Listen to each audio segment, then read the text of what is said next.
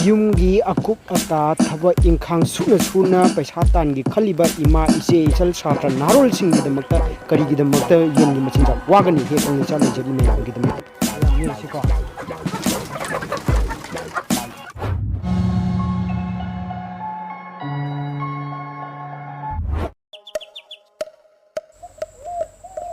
Kangleicha channel mayam punnapu he Kangleicha nei kokna khurumjari mayamna tattan hangbirakpa yen nganu da pijabado mayam ai ngasi di sungso soidana ucharage mayam ai hujik yen nganu gi demakta Super Napier se kakpala ineba ado Super Napier se karamba matamda kakkani karamba matamda koi magi khwaidagi chanaba yen nganu na chaba matamdo ai mayam ai ucharage mayam minase mayam sigi aigi kanu ta farm da hojaba yam organic oiba kanu ni myren ni aigi se aidi chemical fertilizer sizinade mayam aduduna mayam aigi kanu se myren se mayam na dum paame haina yonba matam da su aduga myren se hausu yam hawe khoi organic ta kitang mayon chan se sino mayam aduga ai hujik ai ucharage Super Napier se mayam sida leire Super Napier se aina kakadui se yen nganugi matam chap charaba matam haibaduni mayam sida dum yengbiro duga yen nganugi karamba matam da kakadage adagi kamaina pijagadage habdo ngasigi video sida fajana mayam loiba phawdang yengbiro sungsoi soidana uba phangani sinau mayam aina kakchari se sumna tagi pambi ani khaktaneba aina kakadui se aduga sigi pambi ani sina yen kunmanga kunthra neba aina leijari se adu pi kona duineba sinau mayam yengbiru si magi naubagi changse masi matam sida kakpiwoba henjangraga de mu yen nganu gi di mu cha deba aduduna mayam sigi timing sida tu thot launa koigi matanga yaudringai sigi timing se mayam si timing sida neba koigi yen nganu gi right time oiri se mayam ai huje haujarage mayam yengminase ai huje kakpagi mawong pijabai mawong mayam ai mathang ujarage ayumda purage mayam ai sigi napi singse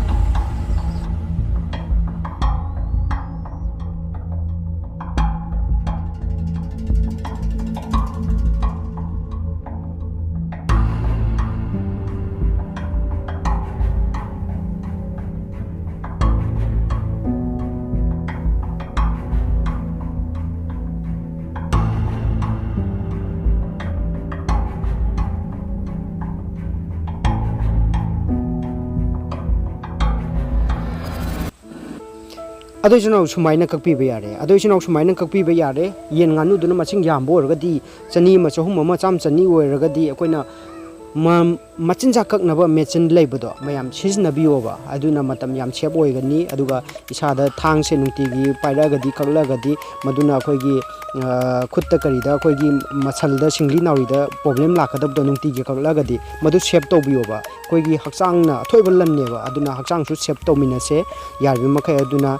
isinau mayam akoina yen nganu loige khallagadi masumaina kaaga siznabiba yare masi marum kokpi yen marum kokpi gi damaktadi yamna phaba machinjak ni sinau mayam aigi side tagi mayam desu amukan hanna haijari yen marum kopi leiragadi masigi Super Napier se mayam thabiyoba aduduga machinjak ki awab se kopi oba sinau mayam de sumaina kakpa se ai loisanjarage adudu mathang ai yengminar se ai tawjarage mayam akoi gi Napier do kakpa loire se kakadui se adagi magonda haptui je sengkup se yam bana te khiji khatani ko sengkup se hapani sengkup ga mix tawduini aduduga chak le de chak kumba kari gumba dum mix option biba yare si mayam si pijabagi mawong do ko yenda pijabagi do ayo si to pirani chak le de chak hapchen biba yare asin ja hapchen biba yare sumaina to lani ni kata nai khai kan ni taisal la no sumaina to le ko mayam ning biu ko si chari sini ko to do yen ni machinjak wabdo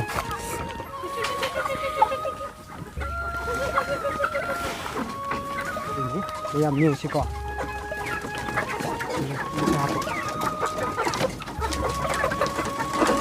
ado isino mayam koi masi yoki topa matam da Super Napier se koi gi kanna ne khaibiyo ba mangonda ne khaibu matam da magi mahi machum mom thoe ba ko madu mahi machum dune ba koi gi yen sina kaklauna hanba matam chaba matam da phangga duise masi aina try tawjarabani mangonda asinba ayakpa athumba haidi khara dum te se phangni da haiba mana sidagi aduna yari bam khai ne khaibiyo isino mayam ado isino mayam aigi ngasi gi video sidi akhoi gi inkhalik ni ba satra naharol youth amadi yumda lam lapna suba chatpa ngamdraba ise ise itema mayamgidamakta ai video se ai samjabani aduna machi yumda leina sumaina yen lobiyu haibasini aigi site gi hajaningbadi imungda karigumba income macha matang oiragasu akoina pusanba ngamna bohonamina seba imungda leiba ima iche ichal ipa pumnamak magi income macha amam pusanmina seba ichno mayam yembiu tu sida akoigi kanjingjina yenjingjina charisini ko tu si super napier singkup khaktang ni tolise sida susare sida susare mayam yembiu sini ko sini degi somda sulaiba sida marol mathakta marol am chare sida makhada marol am chare de som nakanda marol am chare degi somda suko somda sukte maina makhada sumrol ama somda khara namna chatkre adunani makhada sumrol am chare tumai mayam ngasi aina semjareba video yen nganu da super napier se ka aga pijabagi mawang matau haitare ko sumna gi chengkup khaktak tolaga pijabneba masida chakumba ngamadi adum hapchanbida henna su chagani aduga makoigi machinjak to kilo amani gumba leiraga thambiraga yamdabida khiji kharaga adum isinga totpa matamdane ko henna su moi chu manam mama tonganba ma chela kanduda moina su henna chaningba ma oiduineba aduduna yaragadi aigisidi samlapa ma mayamda uhanbani machinjak yaudраga su chai haibada mayamda ayuna uchabagi wani aduduna mayam yariba makai akoigi inkhalakliba satra naharol sing ngasigi Kangleicha asida leibidiba akoigi inkhalakliba satra naharol khudimangna yumdagi maipadagi depend tawdabida isana isagi honajaraga paisa talaga hingbagi lambida wa culture da changba haibase Kangleicha ngasi mayamda amuka hanna request tawdari akoi yariba makai mingonda depend tawdabida hingba ngamnaba honarasi haiba wakhalasi Kangleicha ngasi satra naharol singda thamjari duga ngasi aina super napier se yenda nganu da rabbit ta pijabagi haitari napidugi stage amadi napidugi karma monda pijagani haibna singba aina semjarba video se mayam nungabiragadi mayam aigi channel se support tawboina subscribe tawsanbiramu khudimukta yonaba share tawbiramu mayam na pigirpa feedback amadi support ki matungina aina makhatana aina thangjaliba khongthang ase step hena forward tawba ngamgaduini haiba wai se su haijade aduga ngasi aina semjariba video se mayam kanai amasung kanadi mayam aigi comment adum thambiramu napi sigi matangda any question aduga any doubt aingonda adum loina haibiro ai sungsoi soidena mayam gidamakta napi sigi matangdadi aina ai ngonda lejariba khangjariba knowledge se A to Z aina share tawjarakani haiba waisi haijaraga